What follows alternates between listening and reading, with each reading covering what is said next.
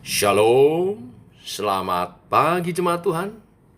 Berjumpa dalam firman dan doa setiap hari.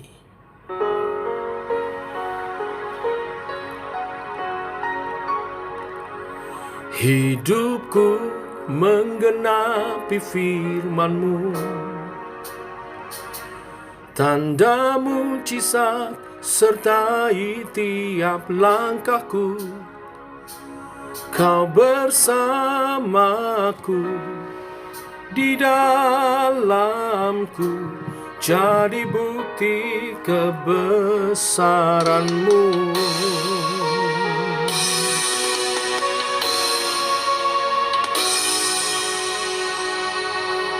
Tuhan, Kau sempurna dalam rencana-Mu dan karya-Mu.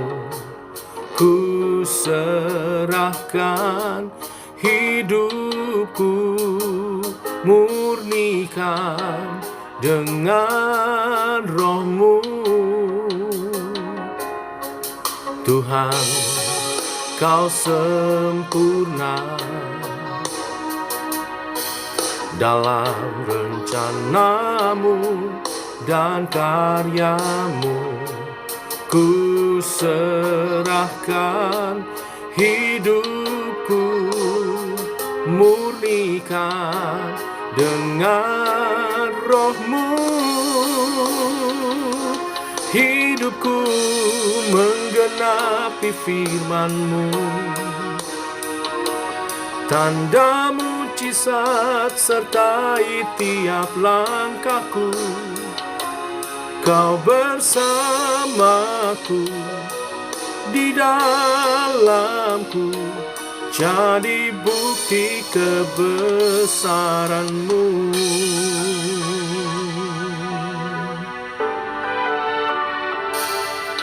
Tuhan, Kau sempurna dalam rencana-Mu dan karya-Mu. Ku serahkan hidupku, murnikan dengan Roh-Mu. Hidupku menggenapi firman-Mu, tanda mujizat sertai tiap langkahku. Kau bersamaku, di dalamku, jadi bukti kebesaran-Mu.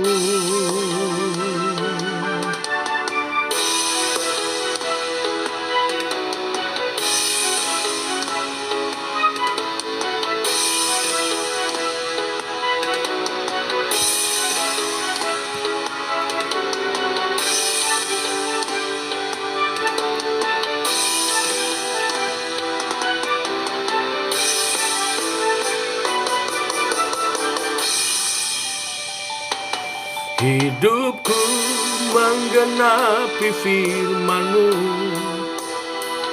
tanda mujizat sertai tiap langkahku. Kau bersamaku, di dalamku, jadi bukti kebesaran-Mu.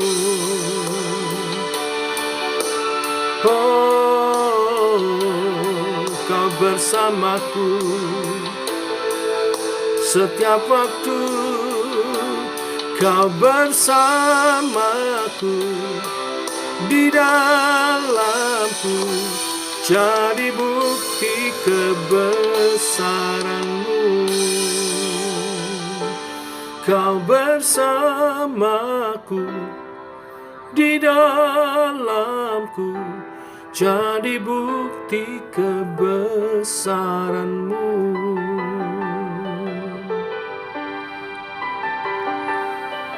Kebesaran-Mu Tuhan,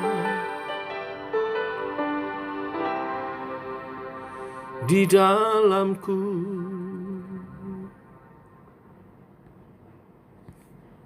Tiba waktunya untuk kami merenungkan firman-Mu. Firman-Mu adalah suluh dan terang bagi jalan kami. Berfirman Bapa, tuntun langkah kami, terangi sepanjang hari ini. Dalam nama Tuhan Yesus Kristus. Amin. Bapak Ibu, renungan kita pagi ini 2 Tawarikh pasal 2, ayat 1 sampai dengan yang ke-18. Demikian firman Tuhan.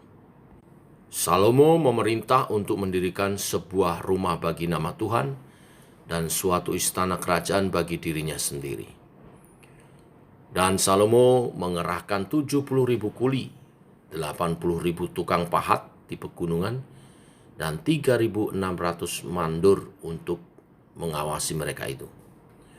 Lalu Salomo mengutus orang kepada Huram, raja negeri Tirus, dengan pesan, "Perbuatlah terhadap aku seperti yang kau perbuat terhadap ayahku Daud, ketika engkau mengirim kayu aras kepadanya, sehingga ia dapat mendirikan baginya suatu istana untuk tinggal di situ.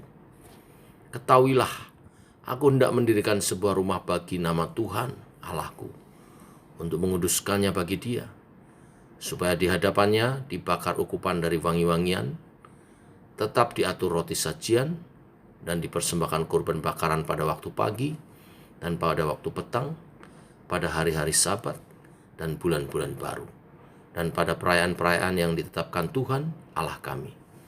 Sebab semuanya itu adalah kewajiban orang Israel untuk selama-lamanya. Dan rumah yang hendak kudirikan itu harus besar, sebab Allah kami lebih besar dari segala Allah. Tetapi siapa yang mampu mendirikan suatu rumah bagi Dia? Sedangkan langit, bahkan langit yang mengatasi segala langit pun tidak dapat memuat Dia. Dan siapakah aku ini, sehingga aku hendak mendirikan suatu rumah bagi Dia, kecuali sebagai tempat untuk membakar korban di hadapannya. Maka sekarang kirimlah kepadaku seorang yang ahli mengerjakan emas, perak, tembaga, besi, kain ungu muda, kain kirmisi, kain ungu tua, dan juga pandai membuat ukiran, untuk membantu para ahli yang ada padaku di Yehuda dan di Yerusalem, yang telah ditunjuk ayahku Daud. Kirim juga kepadaku kayu aras, sanobar, dan cendana dari gunung Libanon. Sebab aku tahu bahwa hamba-hambamu pandai menebang pohon dari Libanon. Dalam pada itu hamba-hambaku akan membantu hamba-hambamu untuk menyediakan bagiku sejumlah besar kayu. Sebab rumah yang hendak kudirikan itu harus besar dan menakjubkan.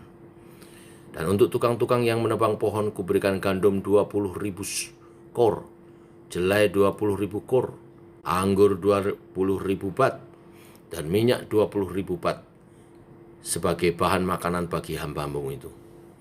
Dan Huram, raja negeri Tirus, mengirim surat balasan kepada Salomo yang berbunyi, "Karena Tuhan mengasihi umat-Nya, Ia telah mengangkat engkau menjadi raja atas mereka." Lalu Huram melanjutkan, "Terpujilah Tuhan, Allah orang Israel, yang menjadikan langit dan bumi, karena Ia telah memberikan kepada Raja Daud seorang anak yang bijaksana, penuh akal budi dan pengertian, yang akan mendirikan suatu rumah bagi Tuhan dan suatu istana kerajaan bagi dirinya sendiri. Maka sekarang aku mengirim seorang ahli yang penuh pengertian, yakni Huram Abi, anak seorang perempuan dari Bani Dan, sedang ayahnya orang Tirus. Ia pandai mengerjakan emas, perak, tembaga, besi, batu, kayu, kain ungu muda, kain ungu tua, lenan halus, dan kain kirmisi, dan juga pandai membuat segala jenis ukiran dan segala jenis rancangan yang ditugaskan kepadanya dengan dibantu oleh ahli-ahlimu dan oleh ahli-ahli ayahmu, Tuanku Daud. Baiklah, sekarang Tuanku kirim kepada hamba-hamba Tuanku gandum dan jelai minyak dan anggur yang telah Tuanku sebutkan itu. Dan kami akan menebang kayu dari gunung Libanon sebanyak engkau perlukan, dan membawanya kepadamu dengan rakit-rakit melalui laut sampai ke Yafo, dan engkau dapat mengangkutnya ke Yerusalem." Lalu Salomo menghitung semua orang asing yang laki-laki yang ada di negeri Israel, sama seperti yang pernah dilakukan Daud ayahnya. Maka terdapat 153.600 orang. Dan dari antara mereka 70.000 orang dijadikan kuli, 80.000 orang tukang pahat di pegunungan, dan 3.600 orang mandur yang harus menyuruh orang-orang itu bekerja. Amin. Bapak Ibu, Raja Salomo hendak memulai pembangunan Bait Allah beserta istana kerajaan, seperti yang diperintahkan Tuhan melalui ayahnya Raja Daud. Bait Allah adalah simbol kehadiran Allah yang senantiasa menyertai Israel. Menariknya, Salomo turut melibatkan raja dari kerajaan tetangga dalam proses pembangunan tersebut. Sosok itu ialah Huram, raja negeri Tirus, yang disurati oleh Salomo agar ia memberikan bantuan sejumlah material dan tenaga ahli dalam pembangunan Bait Allah. Rupanya relasi antara Israel dan Tirus sudah terbangun sejak lama. Sejak Raja Daud bertahta, ada relasi persahabatan yang sudah terbangun antara kedua bangsa ini yang begitu erat. Hubungan baik yang sudah dimulai dan senantiasa dijaga itu sangat indah. Relasi tersebut terbukti dari kesediaan Huram, raja negeri Tirus, untuk membantu segala proses pembangunan Bait Allah, serta memenuhi apa yang diminta oleh Raja Salomo. Bukan hanya itu, Huram juga turut memanjatkan syukur dan puji-pujian kepada Allah atas ditegakkannya pemerintahan Raja Salomo. Dari sini kita melihat adanya hasrat untuk turut membangun relasi yang sama yang dahulu dibangun oleh ayahnya Raja Daud, agar terjadi pula di zaman Raja Salomo. Bapak Ibu, hubungan yang baik antara kedua kerajaan tentu saja akan mendatangkan lebih banyak manfaat dibandingkan apabila mereka menaruh curiga satu sama lain atau berperang. Selanjutnya kita melihat bahwa terjadi kerjasama, kolaborasi yang baik dalam pembangunan Bait Allah tersebut. Bapak Ibu, pesan firman Tuhan hari ini, Tuhan mempertemukan kita dengan berbagai macam orang. Dan kita diundang untuk membangun relasi yang baik, penuh kasih dengan sesama. Tujuannya adalah supaya kita bisa saling membangun satu sama lain. Kita tidak pernah tahu kapan kita membutuhkan kehadiran orang lain. Pada saat yang sama kita juga menyediakan diri untuk membantu orang lain. Jadi marilah kita juga berupaya membangun relasi yang baik serta persahabatan yang tulus dengan sebanyak mungkin orang. 1000 sahabat masih kurang, 1 musuh sudah kebanyakan. Hidup tentu akan menjadi jauh lebih nyaman, lebih baik jika tercipta relasi yang penuh damai dan saling membangun dengan orang-orang di sekitar kita. Bukankah demikian yang kita harapkan? Ialah itu terjadi dalam kehidupan kita. Tuhan memberkati. Mari kita berdoa. Bapa, kami mengucap syukur oleh kasih dan anugerah-Mu, rahmat-Mu baru. Dan Engkau berfirman pagi hari ini untuk kami membangun relasi. Relasi yang baik dengan ketulusan, saling membangun satu dengan yang lain, dengan siapapun. Supaya kami membangun pertemanan, bukan permusuhan. Itulah hikmat dalam pergaulan. Allah Roh Kudus pimpin kami bertemu orang-orang yang baik dan membangun kami. Kami pun membangun dia, sehingga hidup kami menjadi lebih baik. Dan bila bertemu dengan orang-orang yang kurang baik, kami pun mengubah hidup mereka menjadi baik. Mampukan melalui kehidupan kami kesaksian dan pengaruh yang baik bagi orang-orang di sekitar kami yang kami temui.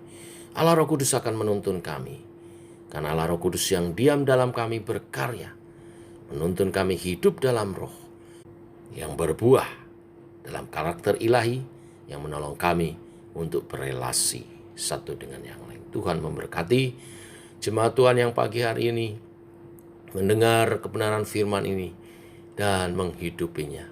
Demikian dalam pribadi, lepas pribadi, keluarga, berjemaat maupun dalam bermasyarakat. Nama Tuhan dimuliakan melalui kehidupan kami. Dalam nama Tuhan Yesus Kristus. Amin. Demikian firman dan doa setiap hari. Tuhan memberkati. Semangat menyambut siang hari, pekerjaan kita sukses, relasi kita ditambah-tambahkan, dan nama Tuhan dimuliakan. Shalom.